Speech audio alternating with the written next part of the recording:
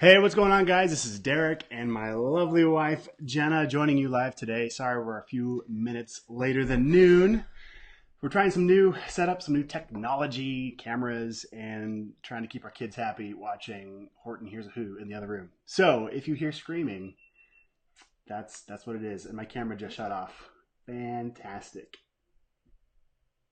But hey, we're live again because I've got the webcam on my computer. And this is why we're doing this, to test technology, to test things out, and to, refine our craft here. So, but today, though, what we're going to talk about here, let's move this microphone so it's not in your face. We'll try that. All right. So, live and learn. Okay. Hi.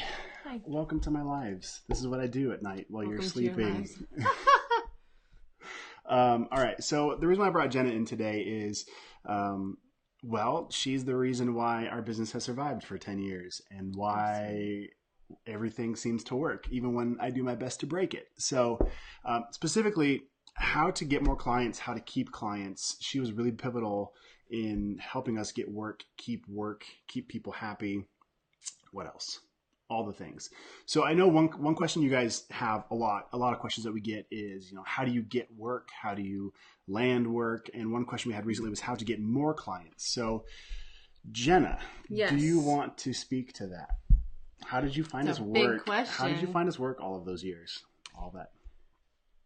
All those many moons ago. It's a super loaded question because if you've been doing this for any length of time, you've probably found that there's a lot of different types of jobs you can do and a lot of different clients you can look for, so I think the big kind of three for us were word of mouth, obviously. I mean, that to me is the number one way to get good jobs, is to do good work, people like it, and then they refer you and you do more of that same good work. Yeah, and I'd call that the soft sell. So imagine you're at like a kid's soccer game or something. For those who don't have kids, maybe you're at some sort of sporting event with other friends, and you're trying to convince somebody that you're really good. You're not gonna be like, hey, dude, I'm the best. Like, look at how awesome I am. You should do my work. You'd be a little bit leery of that person. Whereas, let's say you're in a group setting, you got your friends, you're like, hey, oh, yeah, you need a website? Check out, Jenna's really good at that. She's the best. And that way she can be all humble and, humble brag, whatever. Right. But if you have somebody else singing your praises, then when they call you, all you have to do is close the deal and be like, yeah, I'd love to help you out. Here's our services. And then it makes it so much easier. So that word of mouth is probably I would say like 90% of our work initially came from word of mouth. For sure. And I mean, I'm sure you've already talked to them about this, but you're not going to get referrals unless you do good work. I think that's huge. You got to do good work. You have to treat your clients well, and you have to underpromise and overdeliver. And I don't know if you've talked about those things. Actually, I mentioned that a couple nights ago. Yeah, I'm pretty sure I said it backwards. You have to overpromise and underdeliver. It's a good way to lose clients. Yeah. No, but like that is huge. Like you need to have a service worth repeating for them to be able to promote you. Yeah. And I think that's huge. And that speaks not only to your skill set that you're refining as you learn graphic design, but it also speaks to your character and your integrity. Yeah. Because when you are in business for yourself, you are your business. You're not, especially when you're selling a service, you're not selling yoga pants or cups of coffee and they don't really care who you are because they get what they want and that's it. Like their interactions with you are what matter. Yeah. And that's huge. So that's number one for sure. The second thing is, and as crazy as this sounds, is online job postings.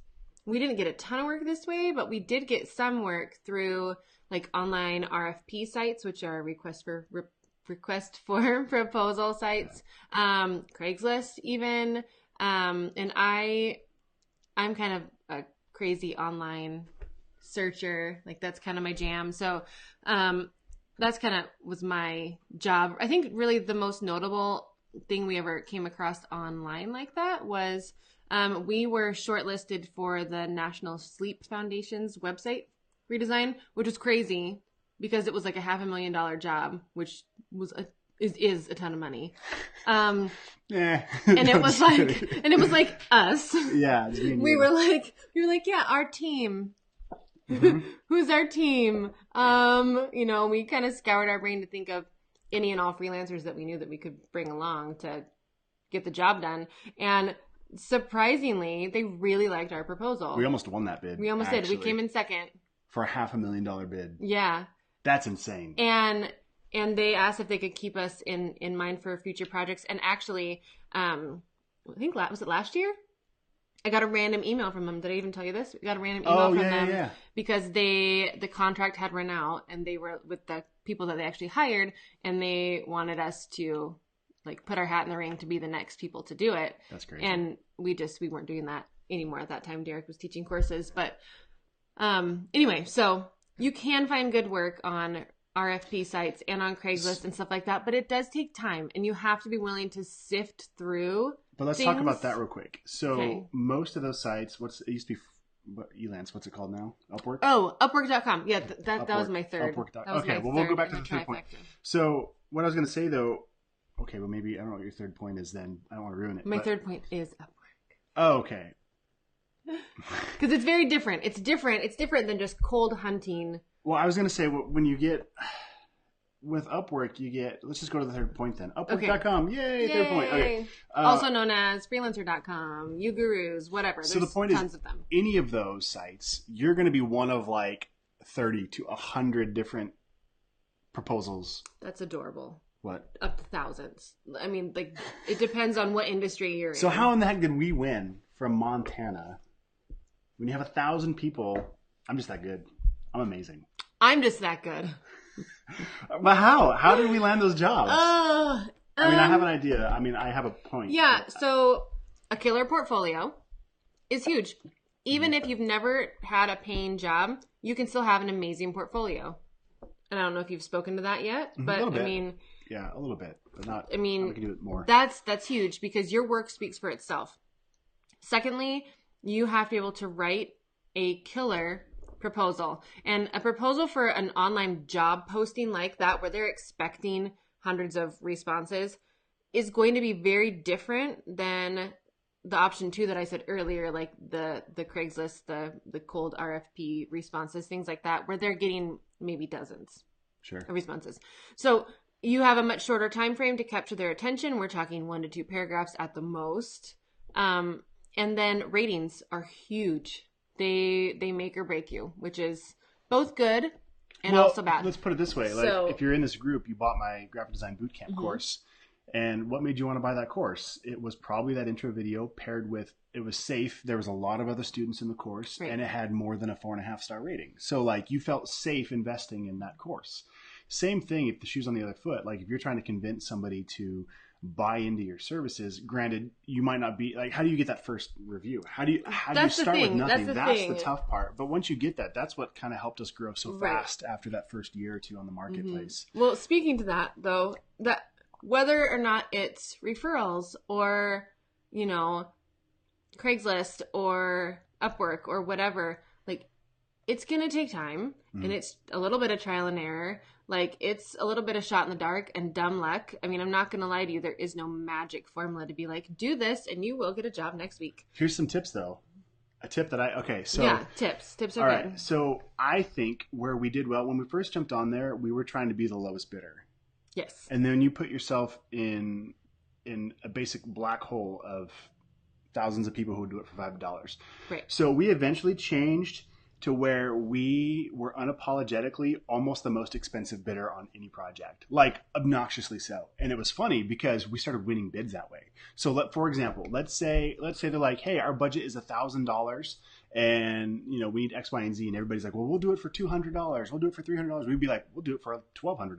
How's that? We're more than your budget. Like, did we do some of that or did we come in under the budget? I think we strategically. It's strategy. And that's not from a spirit of like, take them for all that they're worth. No, but valuing what we do enough to know that it takes time and effort. And you're not just throwing out that number, but you're saying, here's what it costs and here's what I will deliver. And being very specific because people hear all the time, clients hear all the time, oh, I'll build you a website for $500.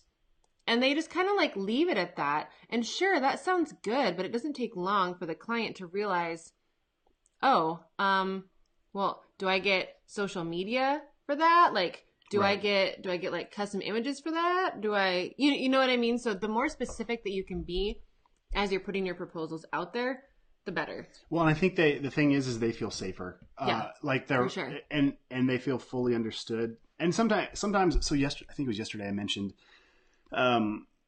how Apple and other they'll usually have a low, medium, and high, and how we do like a Vespa, a Chevy, or a Cadillac, and the purpose being a lot of times it has nothing. Sometimes it has to do with their budget, but a lot of times it's emotional response to that. They feel like they need the cheapest because they're on a committee, or they need safe, or I want the best, whatever it costs. Right. So, a lot of times we would meet the proposal exactly, but we would also give them options, which let them feel more understood. Yeah, and they felt more understood. They felt safer. The other thing we noticed too, there was a little bit of a backlash. And I know a lot of our students are international students and English isn't your first language. And I admire that you guys can speak multiple languages. That's amazing. In regards to companies in the States, for a long time, they were outsourcing to other countries.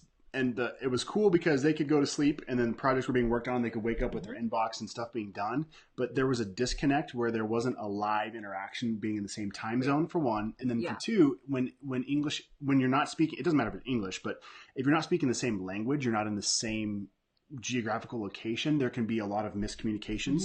And in our career, like even if we're in the same city, we've experienced a lot of miscommunications with clients. And so imagining a whole different time zone, a whole different language can really add up to being a lot of things to get over in a project.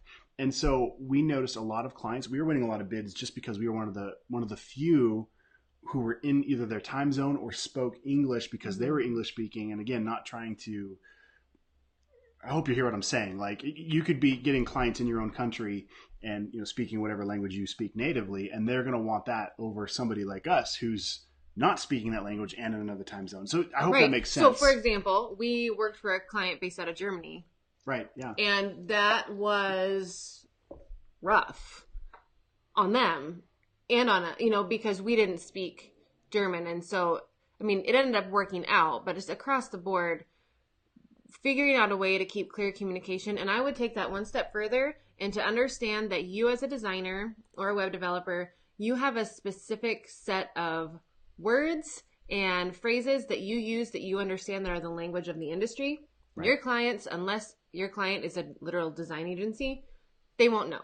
So you're gonna be talking about, oh yeah, I'm gonna get your kerning to be beautiful or whatever, and they're gonna look at you like, what are you talking about? Or they might say, I need branding done. And your brain goes, I know exactly what that is. That's a brand guide or whatever, a style guide or whatever. And in their mind, they want a sign to hang on their building. Right. And so you really have to dig deep to figure out what they actually want, what they actually need. And that's time well spent. And I think that kind of segues into the discovery. Mm-hmm. I've mentioned discovery a lot. I haven't really dove into how we did it, but just mentioning that we used to only charge when I was actually pushing pixels. Like unless I had Photoshop open, like I could be checking email, I could be like until Photoshop was open, like then I'd start my timer. Where now it's like if I'm even thinking about your project, even driving in the car to whatever, like that Harvest app I showed you guys, start the timer because there's value there. So a quick recap. Yeah. So we got our couple points here. The whole theme of this is how to get more clients. And I realize for some of you, you maybe have a couple projects in queue, but for most of you, it's like, how did we even get that first project? And I think for us, it was Stillwater, wasn't it? Was that our first?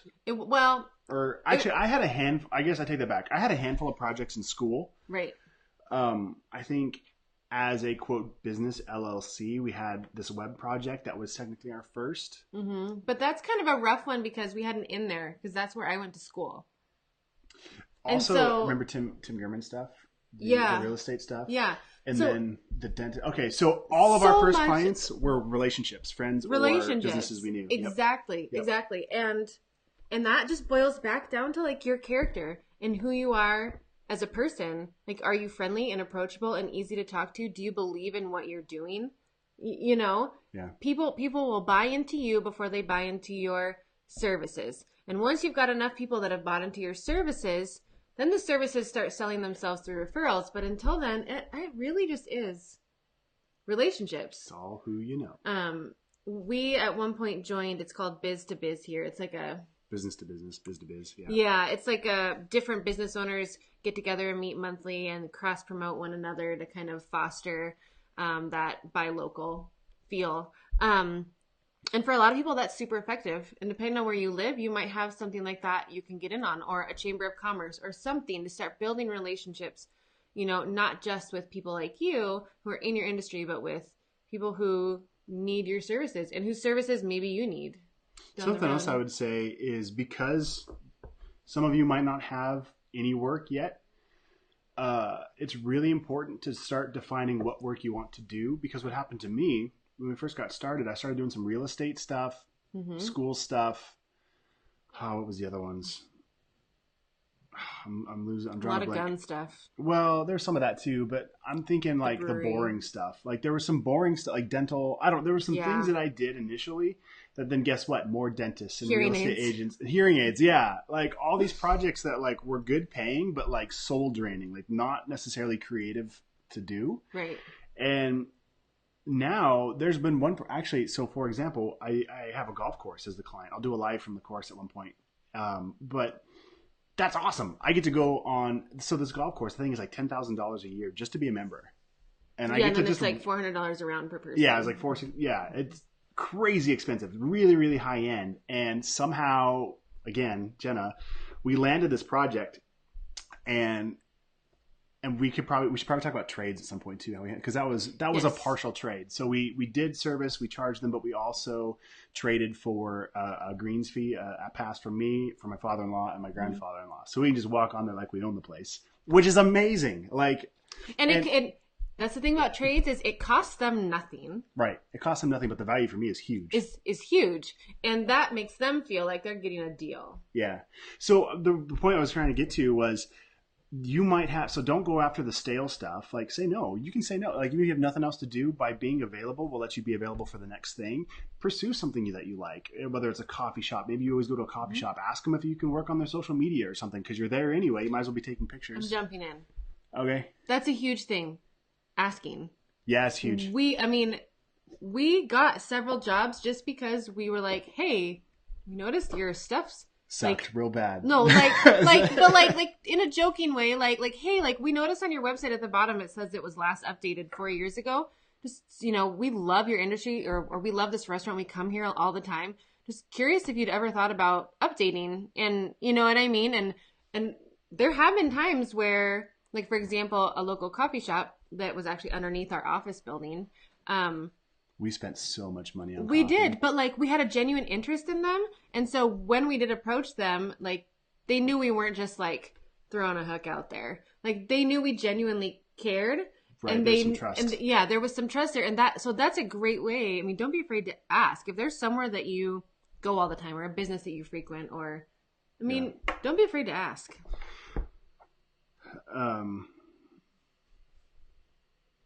Have you guys ever done pint glasses? So this is a question from Dustin. Have you guys ever did pint glasses for client, and would you say $3 per, is that too much? Well, that's kind of an interesting question.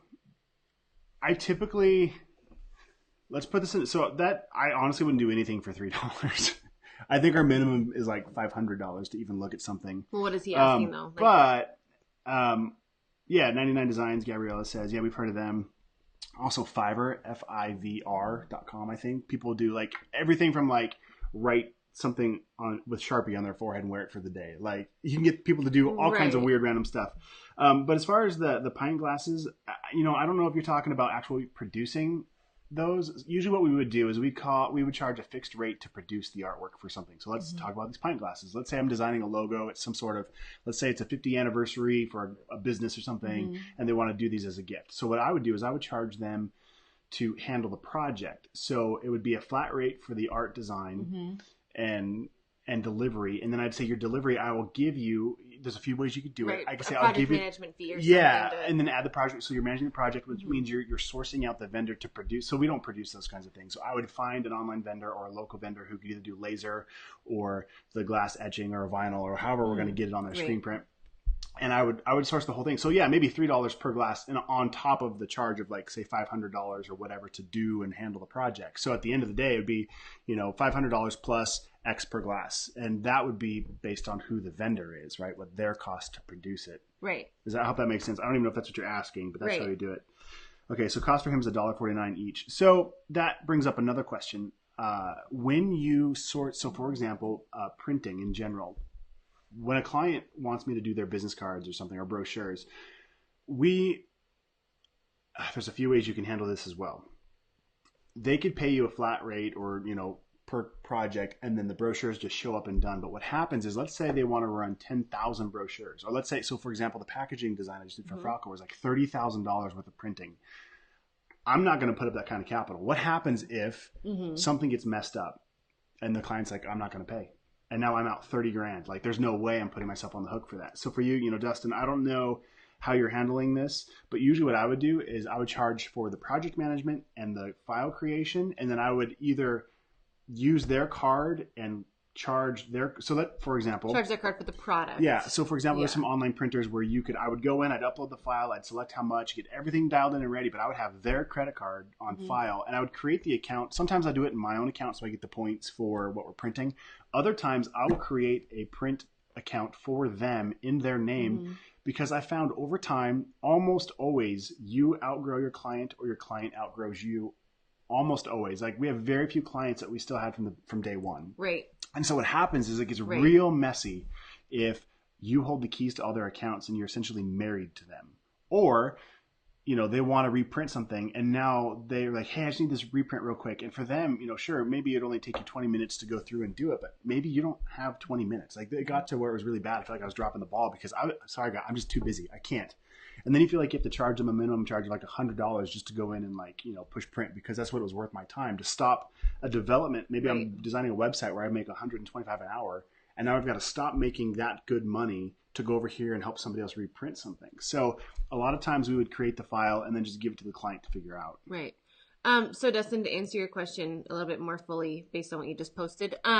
So read the question in case it's on YouTube. Okay. So your cost is $1.50 each, and you're wondering if you should charge the client $3. So if you do decide that you want to basically be a retailer at that point, you're a reseller of that product. Retail industry standard is, I think it's called Keystone, which is double. So to go from $1.50 to $3 is pretty standard. I guess it just depends on how big the volume is. If it's super small volume, you've got to consider the time it takes you. It's going to take a similar amount of time to handle and manage 10 glasses as it is to handle that's the same 30. But once you get into more, so I think I wouldn't go less. I wouldn't go less than 3. I see no harm in going more than 3. But I mean, you're right there in industry standards, assuming that you are also side charging for whatever design work you're doing for it. I don't think I finished my thought with the printer. No, same deal. That was perfect, but that reminded me where I was going. So for a while, what I would do, because I was a quote pro, what do they call me, pro dealer, pro vendor, I don't even know, I would get a break at the print shops. So let's say if you were to go in and order business cards and they cost you, say, $100, I could get them for $70. So basically I could still sell them for $30 and make $30 on that order. So usually it would be a 10 to 20% markup on something like that. So there is money to be made if you want to handle it from top to bottom and basically show up and say, here, client, here's the printed final piece. You can make money on top of that, on top of your design services. You can make money reselling the actual prints. Photographers do that a lot too, actually.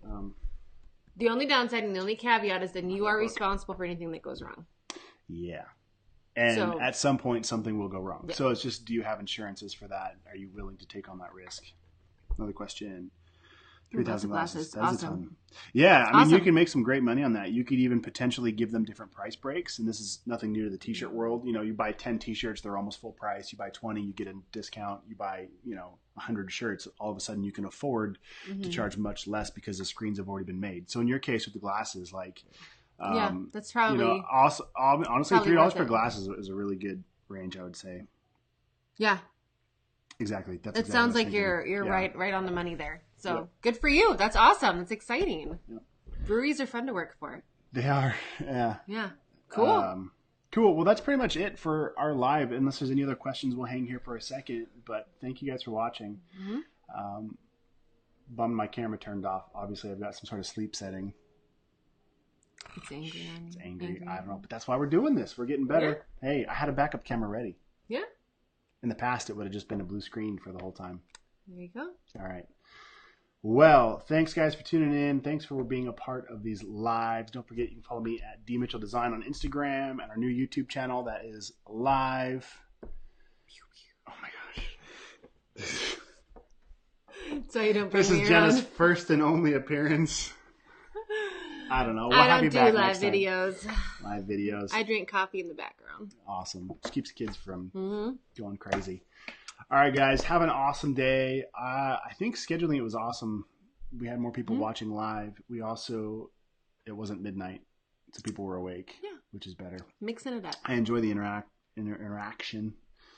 Dustin says, thanks, Jenna. You're welcome. So, cool, guys. Ladies and gents, people. I'm kind of stalling in case there's any other questions. You can answer them next time. Perfect. I will answer them next time. You guys are awesome. Thanks for watching. We'll see you.